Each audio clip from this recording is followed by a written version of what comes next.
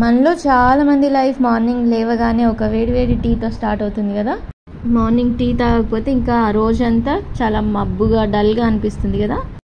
అంతేకాకుండా ఆఫీస్లో hectic work ఉన్నా ఒక టీ తాగాలనిపిస్తుంది.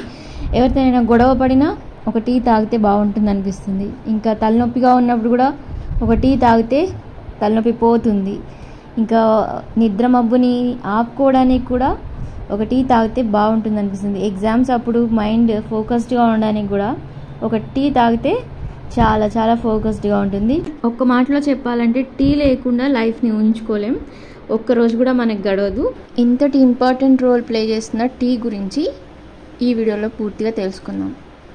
టీ లేదా టీ పౌడర్ అనేది కెమేలియా సినెన్సిస్ అనే ఒక మొక్క ఆకుల నుండి తయారు చేయబడుతుంది. ఈ టీ మొక్కలు ఎవర్ గ్రీన్ బుష్ లాగా ఎప్పటికీ అంటే గ్రీన్గా పొదల్లాగా ఉంటాయి చూడడానికి. అండ్ ఎప్పుడు ప్రూనింగ్ చేసి చూడడానికి ఇవి బోన్సాయి ప్లాంట్స్ లాగా కనిపిస్తాయి. భూమిపైన ఒక లాన్ వేసినట్టుగా అనిపిస్తుంది కదా దూరం నుండి చూస్తుంటే, కానీ అవన్నీ కూడా టీ ప్లాంటేషనే, టీ ప్లాంట్సే అవన్నీ కూడా.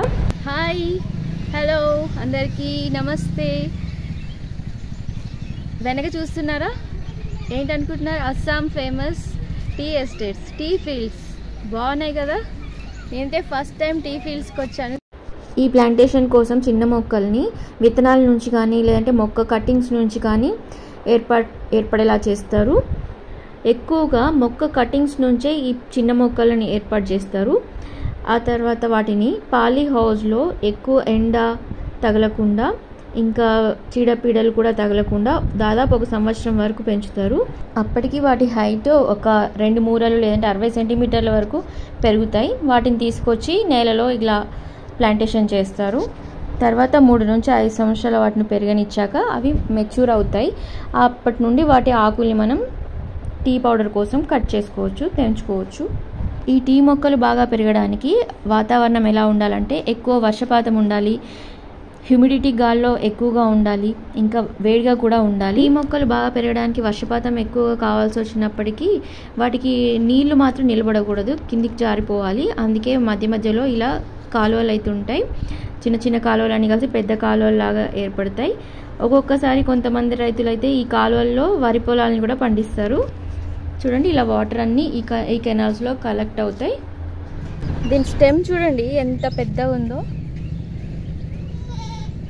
టీ లీవ్స్ ఒకసారి దగ్గర నుండి చూపిస్తా చూడండి. ఆకులు మందంగా ఒక వ్యాక్స్ కోట్ ఉన్నట్టు షైన్ అవుతూ ఉన్నాయి.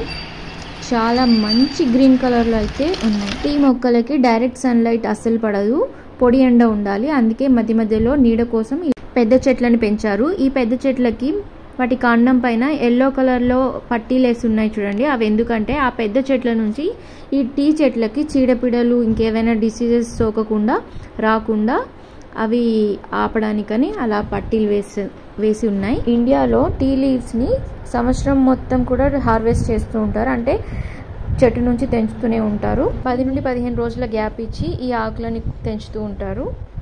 ఏ ఆకులు పడితే ఆ ఆకులు కాకుండా లేత చిగుర్లు ఇంకా లేత ఆకులను మాత్రమే కట్ చేస్తారు. అది కూడా హ్యాండ్ పిక్ చేస్తారు, మిషన్తో కాకుండా. అందుకే ఈ టీ చెట్లని ఎప్పటికప్పుడు రెగ్యులర్గా ప్రూనింగ్ చేస్తూ ఉంటారు, కట్ చేస్తూ ఉంటారు. అందువల్ల వాటి హైట్ ఎప్పుడు కూడా అందులో పనిచేసే వర్కర్స్ యొక్క మోచేతుల వరకే ఉంటాయి. అందువల్ల వాళ్ళు చాలా ఈజీగా ఆ టీ ఆకులను తెంపడానికైతే వీలుంటుంది. ఈ టీ మొక్కల్ని ప్రతి 2 నుంచి 5 సంవత్సరాలకు ఒకసారి ప్రూన్ చేస్తారు, కట్ చేస్తారు. అలా చేయడం వల్ల కొత్త ఆకులు వస్తాయి. దానివల్ల టీ క్వాలిటీ అండ్ క్వాంటిటీ కూడా బాగుంటుంది. 1 హెక్టార్ లేదా 2.5 ఎకరాల టీ తోట నుండి దాదాపు 3000 నుంచి 6000 కేజీ వరకు టీ ఆకులు ఉత్పత్తి అవుతాయి. ఈ టీ తోటలకి ఆనుకునే దగ్గరలోనే టీ ఫ్యాక్టరీస్ కూడా ఉంటాయి. అంటే ఈ టీ ఆకుల నుంచి టీ పౌడర్ని తయారు చేయడం. నేను టీ ఫ్యాక్టరీ గురించి ఇంకొక వీడియో సపరేట్గా చేస్తాను, ఆ వీడియో కూడా చూడండి.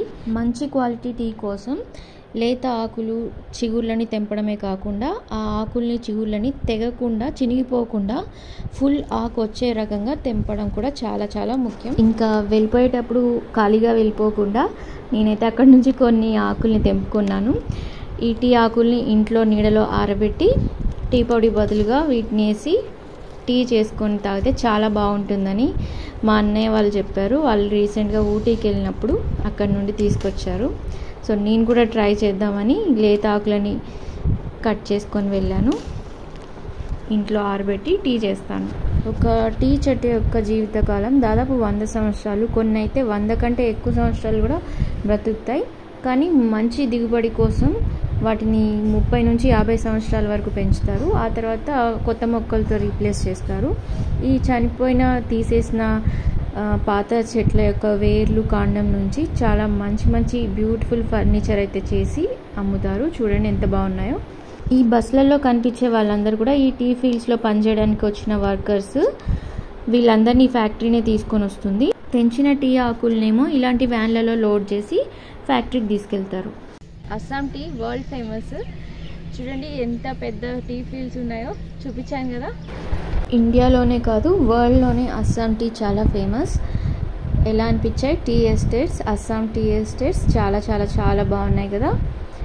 వీడియో నచ్చితే తప్పకుండా లైక్ చేయండి, షేర్ చేయండి అండ్ దయచేసి నా ఛానల్ని సబ్స్క్రైబ్ చేసుకోండి. వీడియో మొత్తం చూసినందుకు చాలా thanks. Bye bye, take care.